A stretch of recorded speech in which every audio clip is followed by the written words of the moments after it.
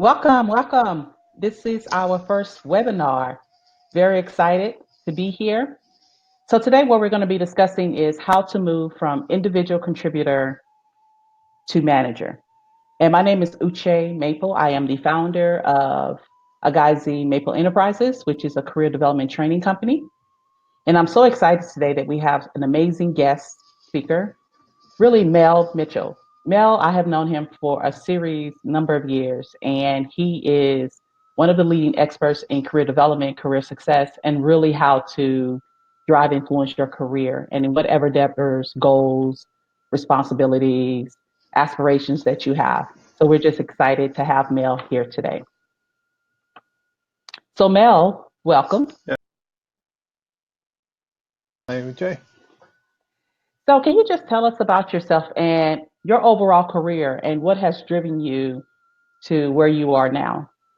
Okay, yeah. So I'll give you a quick overview. So uh, I have an undergrad and a master's degree in electrical engineering. So began my career in Las Vegas, working for Raytheon Services, Nevada, as an electrical engineer.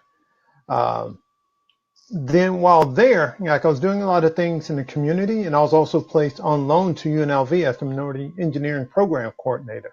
Like my second or third year right out of college, and then I went back to being an engineer for Raytheon slash Bechtel, uh, working on their SCADA systems and also working on my master's at the same time. From there, then I went and worked for Raytheon Missile Systems as a systems engineer, and then made a transition to IT. And while in IT, like I've been active in NASB for forever, since since I was an undergrad. And one of the things that I did was I met somebody at a NASB conference, and I said, "Hey, are y'all hiring?" And she's like, "Yeah, we're hiring." And I gave her my resume in the elevator. Met her like on the first floor. We had chit-chatted by like third or fourth floor. Gave her my resume. Mhm. She went and passed it around. Uh, I did an interview with Microsoft, right? They called me up like 2 weeks later, interviewed, and flew me out.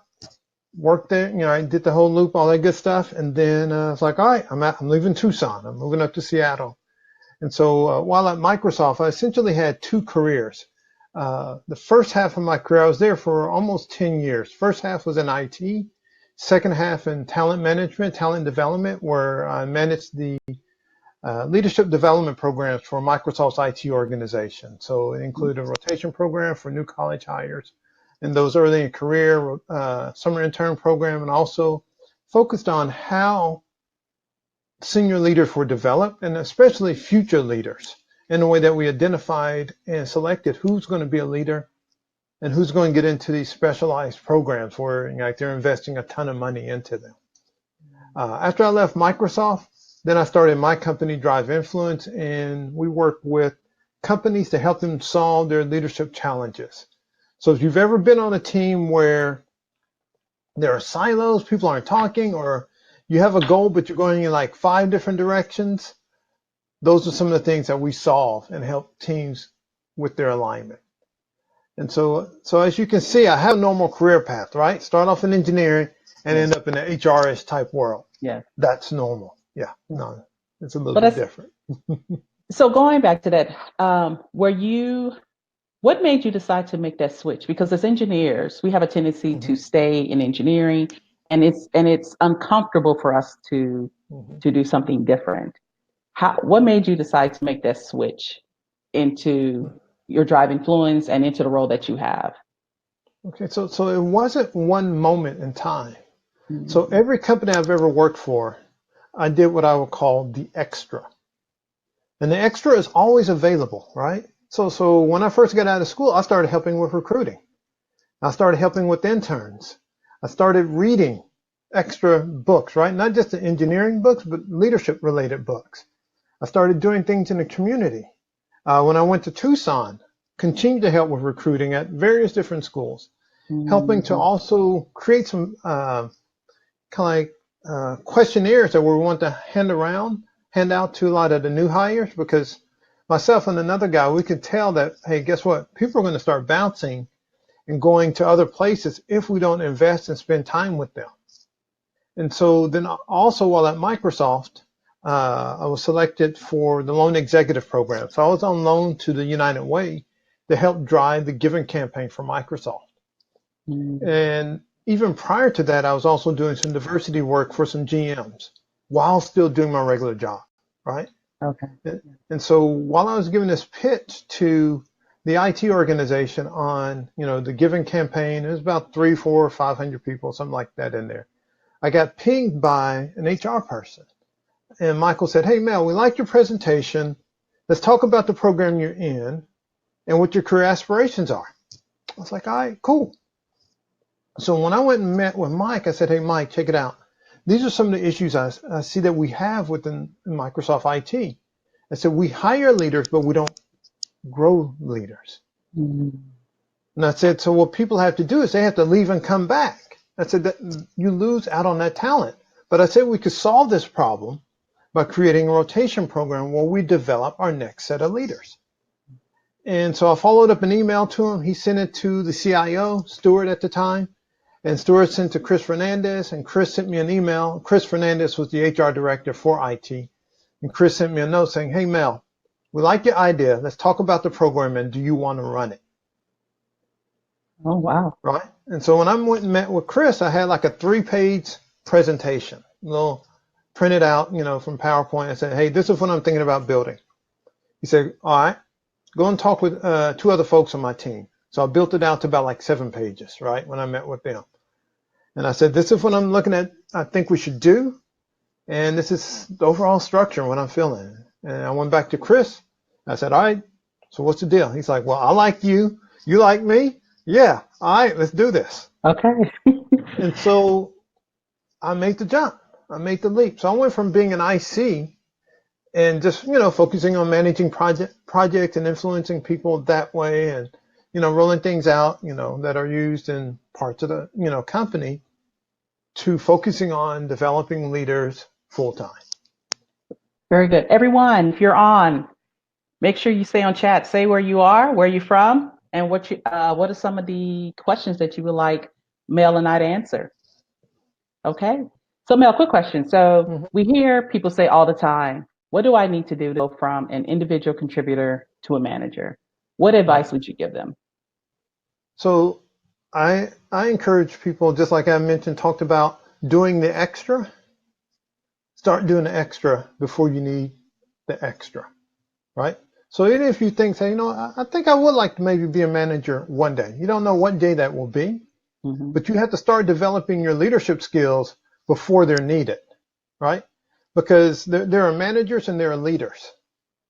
So if you're in a managerial role, you can just manage a process, but you also have that opportunity to lead people.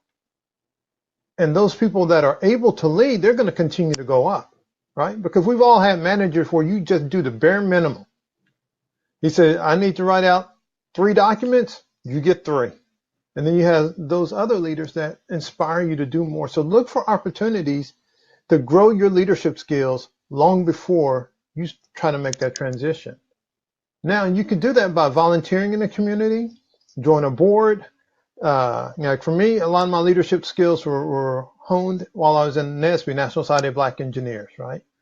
And so I've been a chapter leader or chapter founder in 2 locations in Vegas and Tucson. I was a regional chair. I was also the national professionals chair, right? All of those experiences shifted and shaped the way that I lead. And guess what? If you can lead volunteers when you're not even writing a check, when you get in the workplace and they report to you and you are writing a check, you have even a better subset of skills to guide them.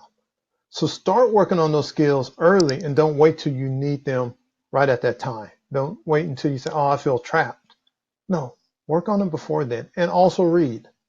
Read, read, read, read. Reading is there used to be a program that that would come to my elementary school when I was younger, and it would be like, it was called RIFT. Reading is fundamental. No, reading is required. So read, read, read. So it's funny that you mentioned that you were, and by the way, everyone, full transparency, I've already given Mel a set of questions that we're going to answer, Hmm. but he's given us so many golden nuggets that I just have to go off script for a second. Oh You yeah, mentioned please do. that you mentioned that you were a member of NSBE, National Society of Black Engineers. we never thought about joining organizations when we were at work. How Hmm. essential do you recommend that if you are, once you graduate college and you are doing your 9 to 5, how important or critical, or maybe not critical, it is that you Hmm. are able to do things outside of work that can help cultivate your skills? Okay. It's highly important. So let me just give you a couple of examples. So you mentioned NASB. And so I've worked for Raytheon Services Nevada, worked for Raytheon Missile Systems, I worked for Microsoft, and I've done other projects while in my company, right, for Drive Mhm, Influence. mhm. A lot of those deals, or all of the companies I've worked for, came from people I met in NASB. Oh, networking. Not, Wow. well, not even just, it's something about when you're in that space and you have that opportunity, you have to take advantage of it, right? Yeah. So you have to be in the room where it is, where things are happening. So that's one aspect. Like when I was in Seattle, I was also on the board for the Seattle Rotary Boys and Girls Club, right? And so there's a wide range of people that were on that board. Like one of the folks, she was one of the VPs at Nordstrom. Another person was with a major startup. Another person owned a construction company. And so we're all there focused on the Boys and Girls Club and connecting in that way. But I know if I ever needed something, we had this connection already. I can be like, hey, Lori, blah, blah, blah. And she was, oh, yeah, come on up, right? Because those opportunities are there, but you have to step into that space. Now, being an engineer, if you're technical and you might say, hey, I don't feel comfortable doing, stepping out in that way.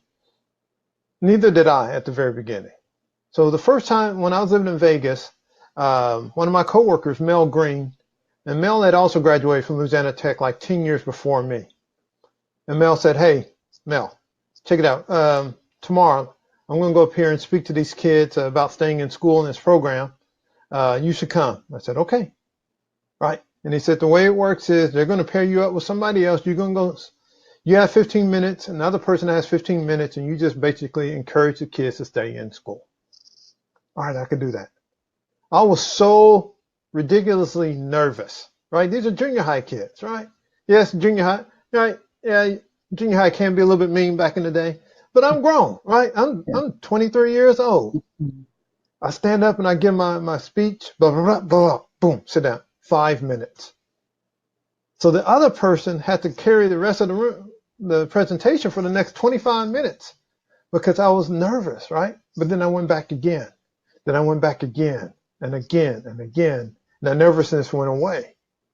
And then like also being in NASB, going out speaking in larger venues. And like now at the point, like I've spoken at the NASB National Conference and 4,000 or 5,000 people in the audience. No fear, right? Because I've honed those skills over time. So make yourself uncomfortable and go out there and do that uncomfortable thing. Because a Very lot good. of times we don't grow because we want to stay comfortable. We're not put here on this earth to be comfortable. You weren't born in a pillow. No, get up and get out and get to moving. Very good. So, everyone on chat, give a shout out to your organization that you're a part of. For me, I'm part of Society of Women Engineers. Definitely volunteer a lot there. Also a member of NESB. But give a shout out for those who on chat. What organization are you part of? Okay, so next question. Why is it important to have a mentor? Okay, so think of a mentor as a guide, right? So you're Mhm. in your career, you're going to go into the unknown, right? You're going to go into some space that you're not quite 100% sure what's going on all the time. But if you have a mentor that's gone down that road, been in that space, then you have someone that can help you avoid those pitfalls, right? Mhm. So I had a mentor at Microsoft, Mario Pipkin. And I loved having Mario as my mentor. He was a brother. He kept it real. He was like, he became a partner at Microsoft, right? He was Mhm. a partner. He had dreads and all that. And so the good thing about Mario was he would give you that real feedback, right? Like oftentimes in the workplace, you get this manager ease speak, right? That's been edited by HR and you read it and you're like, I don't really know what the hell they're saying, right?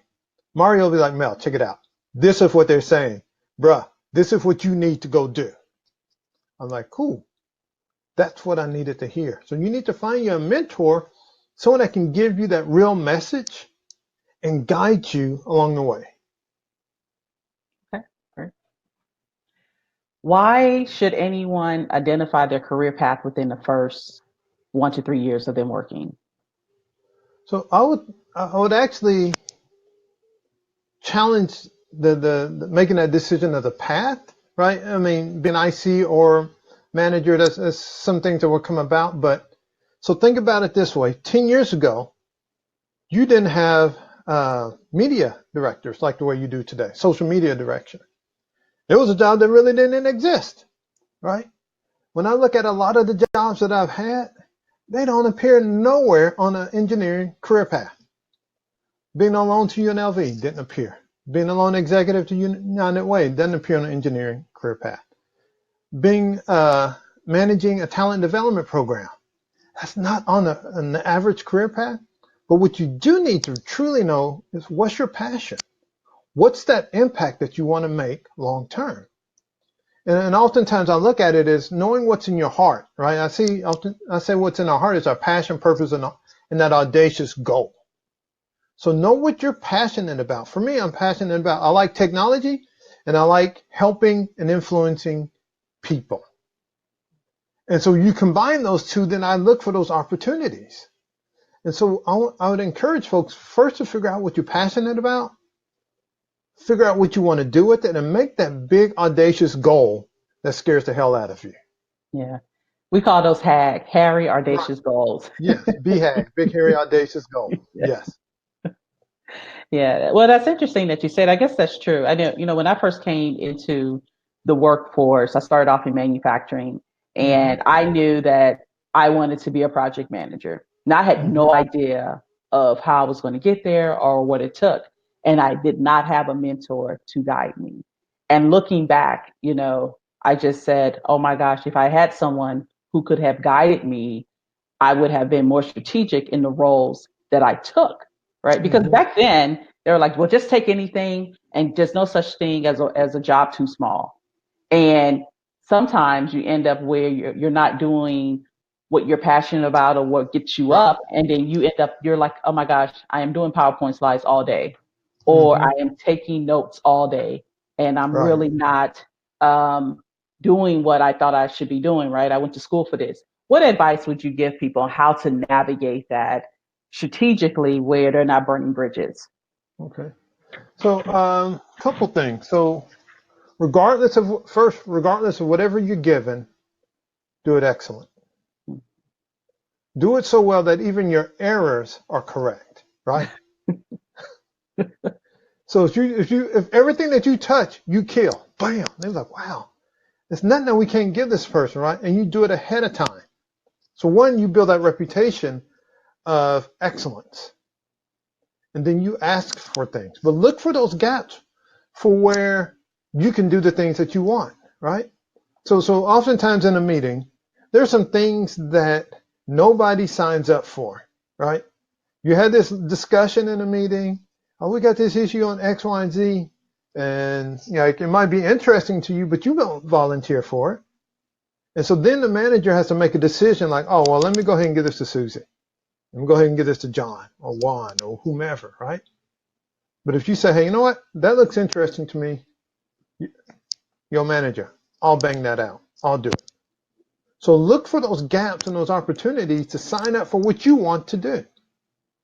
The other thing I would encourage you to do is, so if you can't find it in your direct job, then you're already excelling in your role. Everything that you're doing is excellent. Have a conversation with your manager and say, hey, check it out. I know one of your peers is also working on Project X. I have an extra 20% of bandwidth. I'd like to go over there and help them on that project some. The beautiful thing about that is this. So oftentimes when people are being discussed in calibration sessions, that's where managers are discussing their employees and who's doing well and who's not, who should be promoted and who's not being promoted. If the only person that can speak up for you in that session is your manager, you haven't done your job. Because you need to have it because if your manager for some reason that day has the flu and can't show up, guess what? Nobody's speaking up on your behalf. Now I've actually seen this before, right? So when I was running Apex rotation program, I had this person in the program, and her manager couldn't make it that day. But 3, 4 other folks were like, oh no, she worked on such and such for me. She's phenomenal. Yes, same thing here, same thing here. And she got promoted without her manager even saying anything. So ask yourself that question. Can you be promoted without your manager saying anything on your behalf? Very good. Okay, that's everybody. Make sure you take that. That is a very great nugget. Very great nugget, Mel. Thank you. Oh, you're welcome. So, what is the difference between a sponsor and mentor? We hear this all the time, right? Everyone says, well, you need a sponsor to get where you need to get to, which is not the same as a mentor. And how critical is it for anyone who is trying to move up the career path to have a sponsor? Okay, so sometimes a sponsor can be your mentor, but neither, and sometimes your manager might be able to be your sponsor, right? But your mentor will not be your manager. That's not the role, right? Because your mentor, you should be able to go to and say, hey, this is kicking my butt. How can I get over this, right? Your manager don't want to hear that. Your manager wants to say, hey, I went out there, this was the issue, I solved it. That's all they care about. They might open up some doors for you, but they don't want to hear about all these extra issues. They got their own set of problems. They don't want to carry your problems too. But your mentor at least listen. Now, your sponsor can help open up those doors also for you and say things on your behalf. So luckily for me, Mario could also be my sponsor on different things. And so when I pitched the idea of starting the rotation program, he told me that they reached out to him also and said, hey, what's the deal on this male guy? What you know about him? He's like, yo, check it out. He's the right person. And that's what you need. So you need some folks that can say, hey, boom, take this person here. And so sometimes, well, I was just going to say also, so maybe sometimes there are different types of mentors that you need to have, right? There's subject matter expert, there's a career related, there's those that are connectors, right? So connectors are people that know everybody. And so maybe you need to have a mentor, someone within your circle of influence that is connected to everybody, that's connected well, and that will speak on your behalf saying, hey, you know what? You need to meet this person. And if they say, hey, this is a friend of ours, you're in. It's almost like the mafia. This is a friend of mine or a friend of ours, right? You know. So look for those things. That's interesting that you said look for those opportunities. Mm-hmm. And you really have to be present in the moment, right? Because when we come into work, we are doing our 9 to 5, and either you may be in a mode where you're frustrated coming in because you don't feel as if you're getting those opportunities. But one of the things that I always live by is to be a job creator. And when you see those opportunities, you are creating those opportunities, those gaps, right? Because what problem are you solving? What problem are you essentially solving? Very good. Thank you. Everyone, please post some questions so that Mel can answer them. Whatever questions you have, nothing is off limits. Why is networking essential to your career growth? So again, networking from an aspect of knowing people,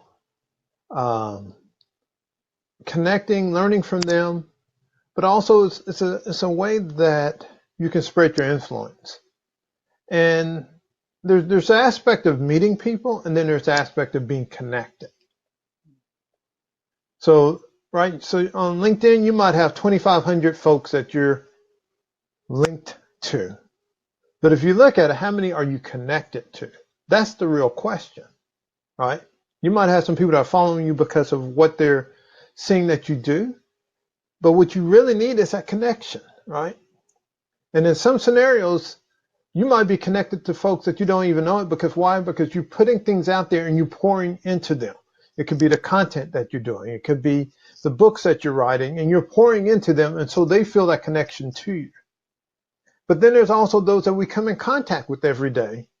And how well are you connected to them? Is it all just about work, or do you really know them? And so I would encourage folks to focus on that connection versus just getting a whole stack of business cards. Because check it out. I got stacks of business cards, right? I got thousands of business cards, but I want to be connected to the people on those cards. How do you stay connected to them? You have to be intentional. You have to be intentional about it, right? So connection is also about relationship. It's just not like all take and no give. And so part of that is sometimes it's spending time with them, having conversations. Sometimes it's encouraging. Sometimes it's asking a question, leveraging their knowledge. Sometimes it might be saying, hey, have you seen this article? Boom, right? But it's pouring into each other that builds that connection. And it's also about time. And so you do have to spend time with folks to build that connection. The beautiful thing is when you have that solid connection, you've probably experienced this with your friends, right? So you have those friends that you might not see for like 4 years, but y'all have such a connection that when you talk, it's as if time has stood still.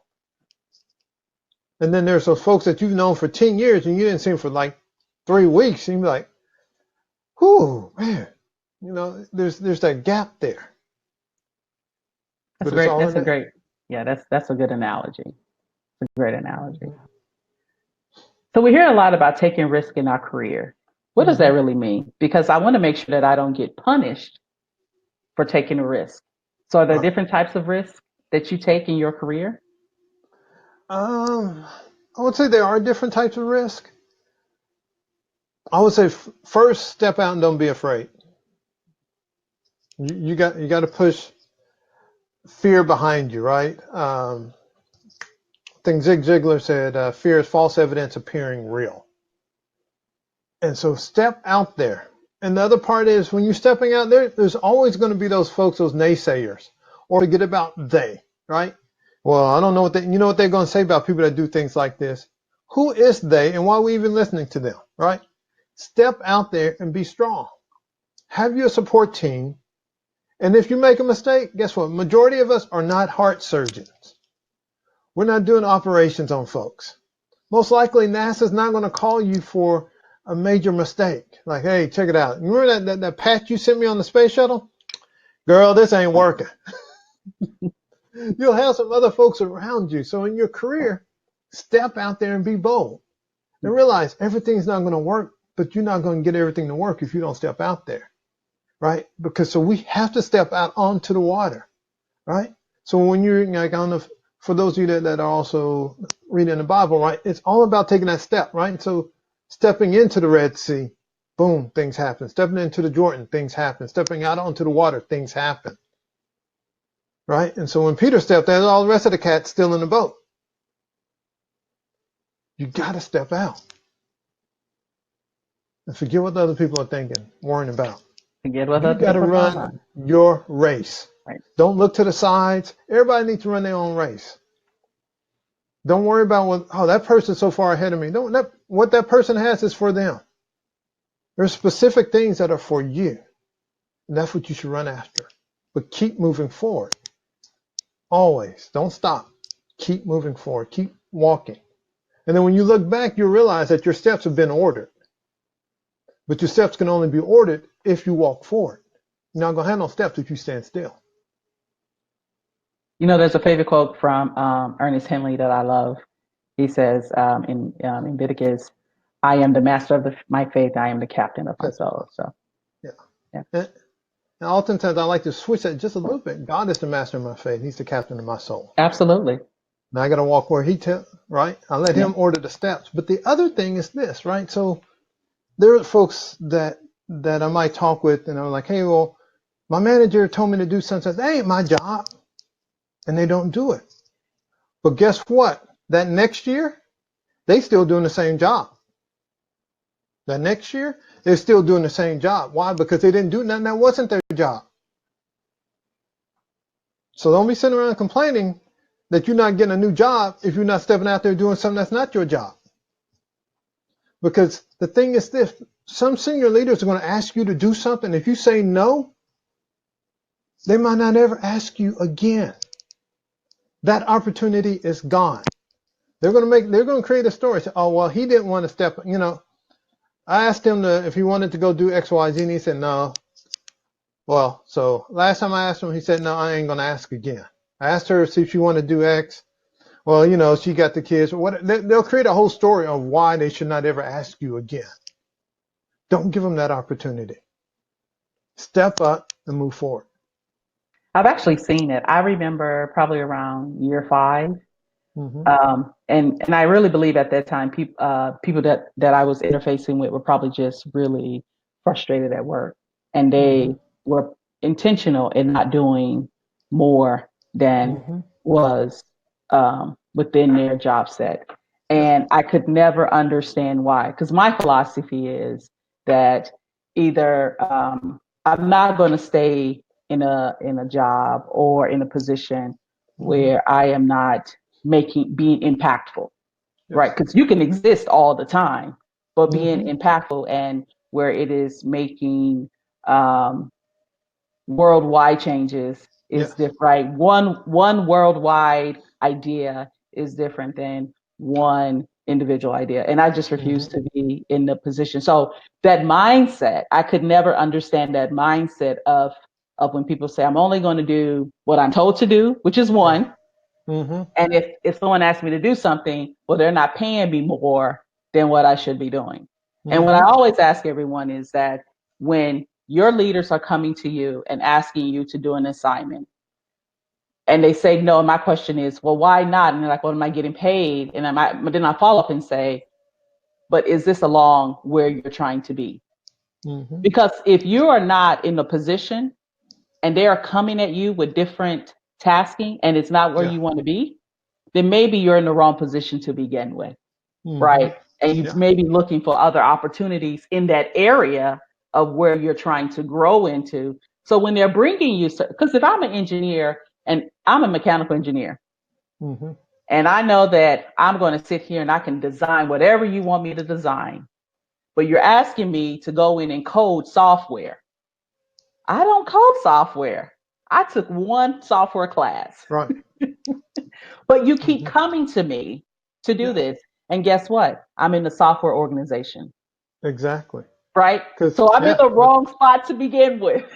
Hmm. Well, the other part is everybody wants somebody on their team that's willing to learn something new, right? Yeah. And if you say, "Well, that ain't my job," you're not going to learn something new. No, you're not. Almost, yeah. Like, I watch a decent amount of sports, and one thing that I've noticed that some of the star players can do, they play multiple positions, right? They're like, hey, if this person goes down, I can put them here, here, or here. They might play offense and defense and special teams all in the game. They're going to make the 53 people on the roster. A person that can only do one thing, they were like, well, shoot, this person can do 3 jobs.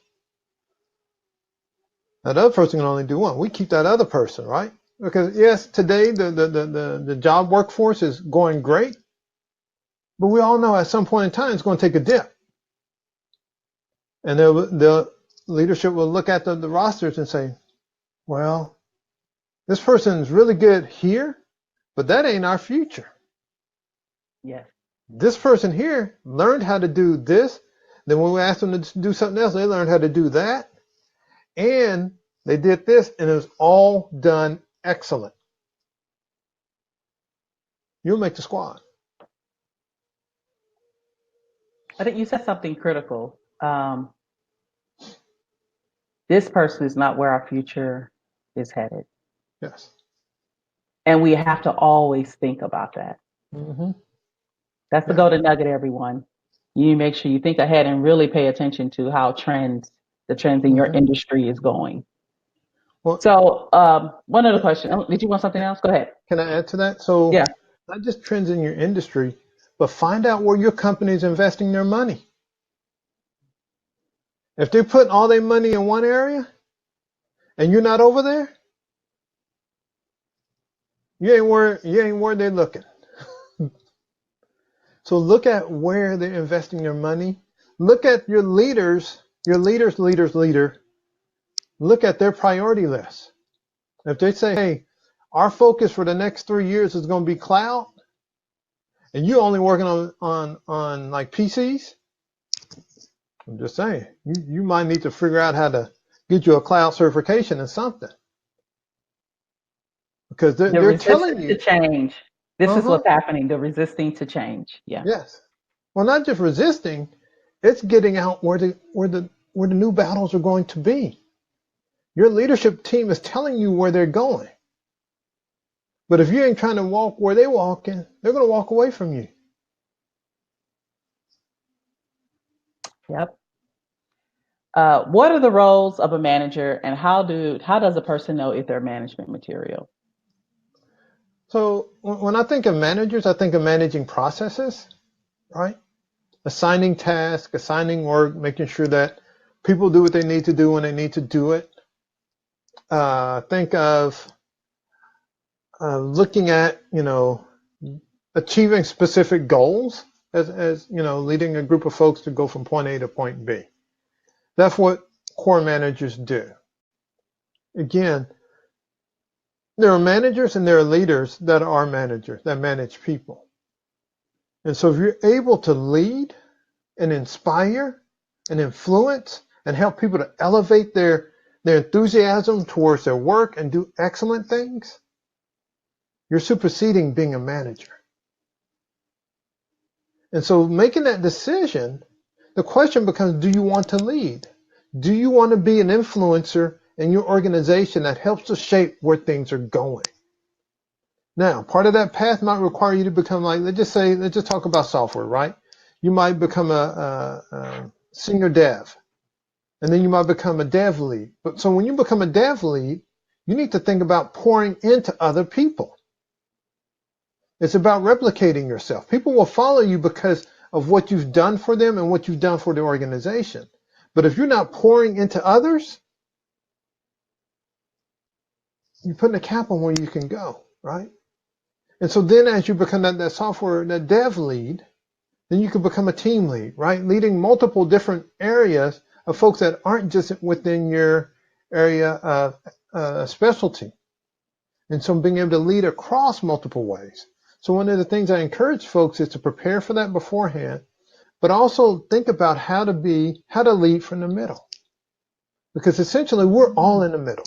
We're all in the middle. We all got somebody we got to report up to. We got some peers. We got, some downstream folks, somebody that needs what you're doing, you got handed off, and you got customers. We're all in the middle. I don't care if you're the CEO. If you're the CEO, you got the board of directors, you got some other folks, right? You got other folks in industry, but you're in the middle. If you're married, you're in the middle. We all are. Especially if you're a guy, right? We report to the wife and back and forth, right? So we're all in the middle. And so figure out, how do you influence from the middle? And because each person that you have to influence needs something a little bit different. And you need to be able to speak and provide it in a way that they're able to receive it, right? So giving another sports analogy per se, is so when you look at the 4x100 track meet, right? So you have four Hmm. people that are going to run a quarter of a mile. They have a baton that they hand to each other, right? And then the next person runs.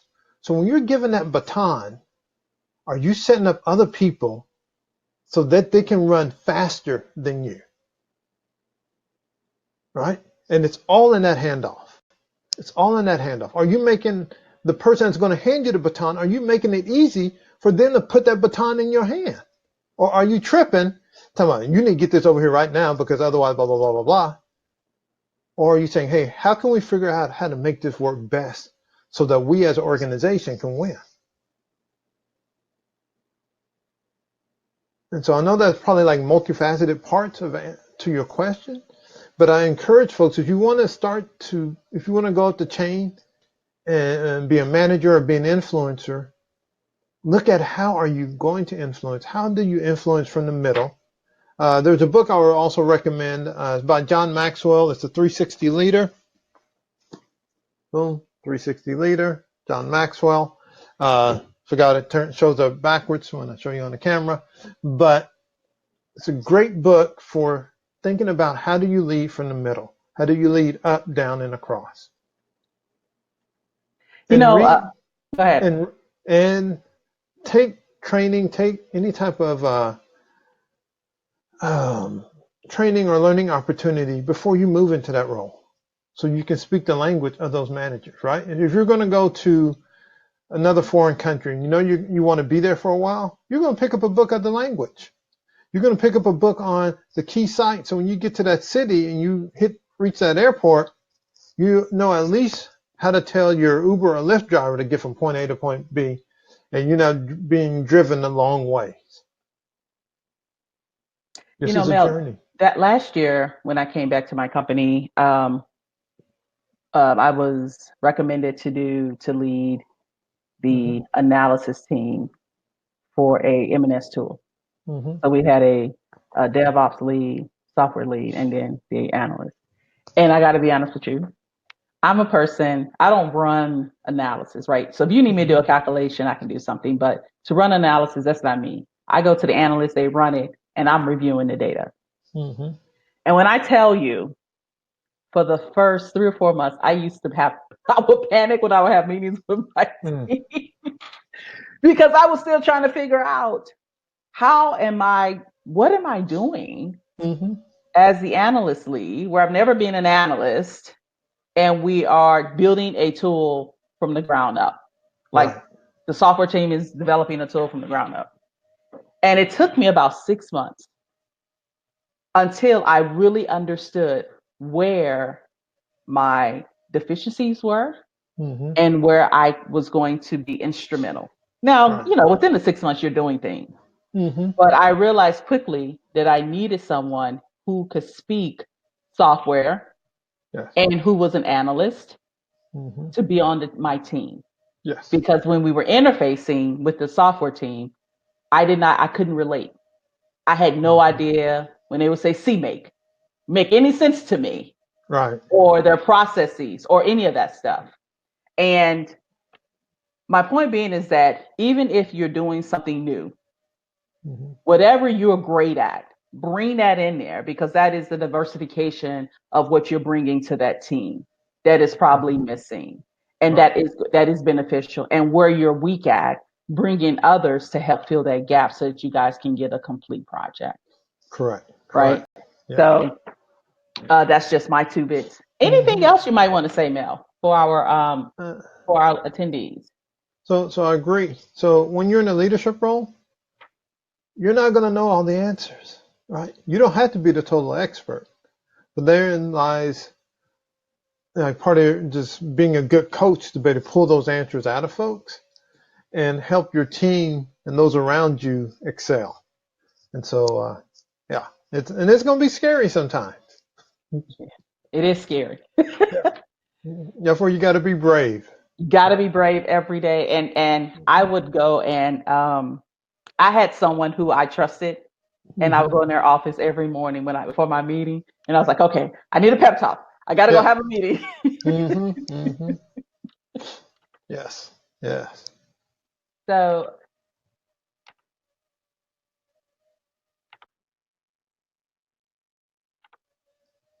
So some of the key takeaways we just want to reiterate is one, be proactive in your career development. You know, regardless of what assignment you get, and even if you have a mentor, you have a sponsor, it's going to be up to you to define and assess and take training on where you're trying to go and to own it and to implement it. Hmm. We can provide you, your mentor, your sponsor, they can provide you all the opportunities, all the resources, and all the guidance, but you are going to have to be the one responsible for taking what you are given to implement and to execute and to receive feedback and to just be proactive. Obtain a mentor, get assignments that are in alignment with your career development, be strategic, be intentional, and take risks. Mel, based on these takeaways, is there anything that you want to add or add in addition to Oh, or talk so about? yeah, so just again a couple things. Step out, be uncomfortable. So look for ways to be uncomfortable. David Goggins, former Navy SEAL, in his book Can't Hurt Me, he talks about the 40%, right? So most of us operate within the 40%, which is the area and the space in which we're most comfortable. But growth doesn't occur until you get outside of your 40. So look for ways to get outside of your normal 40%. Why? Because when you start to get outside of where you're comfortable, you start to grow, you start to be stretched, you start to do things that you haven't done before. And pretty soon that becomes your new norm. You've reset yourself, right? And so once you get reestablished and recomfortable, stretch yourself again. So one, I would say be uncomfortable. Second, connect with others. Connect with those that are going in the direction that you're going. And then third, pour into others, right? You need to take what you know and help somebody else with it. All right, so you might be right out of college. Fantastic. Go speak to some college students. Go speak to some high school students. You might be a senior leader. Talk to those that are first-time managers. Talk to those that are new to your company, but pour into others, because that's our responsibility as leaders, is to pour into others. And then the fourth thing is keep moving forward, keep taking steps forward, even if you don't always know where you're going. Keep moving. So I would say those are just some key things I Thank just want to you. encourage people to Very do. good. Thank you. Yeah. So if you want to get more information on Mel, here's his contact information. You can find him on YouTube with Drive Influence, his website, driveinfluence.com, and on Facebook at Drive Influence. Mel, are there any other social media sites that you would like people to be Uh, aware of? yeah, you can also find me on LinkedIn. And then I'm also on Instagram at Melerick Mitchell. Um, and when you go to YouTube, I just released a series called Co-working with Mel. And so if you've ever been interested in maybe starting your own business, but you're not sure how to, well, I have a series of interviews that I've done with a lot of just a wide range of folks, from a person that started an AI company to a person that runs a kind of like a paper company, right? So they create notebooks and those types of things, and they've been identified. They've been on Ellen with their products, right? Ellen likes their stuff. And so it's a wide range of folks. So check out the series that I have on, YouTube called Co-working with Mel. Also later on in the next couple of weeks, I'm also going to be rolling out a podcast called The Color of Wisdom. We all have wisdom within us, and we get wisdom when we learn from those experiences that we have in life. And so I'm doing a series of interviews with different folks on there, like Dr. Roshana Novelis, who's the founder of Enrich Her, which is a funding company. They fund women-owned businesses. Also, I spoke about Mario Pipkin. Mario is one of the first folks I've interviewed, that I interviewed. I also meet with Dr. Sosina Wood. She's a recent graduate. She got her PhD, and now she's working in academia and talking about some of those things there. So it's a wide range of folks that I'm talking with. And so just look out for those there. I'll be announcing them on LinkedIn and those places. Thank you very much. Mm-hmm. So upcoming events, we have Donna Glover coming up next week. We're on how to take risk in your career, another webinar. And also in addition to that, we have the Secrets to Career Success workshop coming up in Tyler, Texas. And Mel is one of our featured speakers, and Don will be too. So make sure you guys go to the offers tab, and you're able to purchase tickets right now. It is 50% off if you use Thanks19. So if you have any additional questions, make sure that you can email us, and Mel and myself will be happy to answer. And thanks everyone for attending today. All right. And thank you for having me. I enjoyed it. Thank you. Absolutely. Have a good one. Thank you. All right. Thanks. All right. Bye-bye.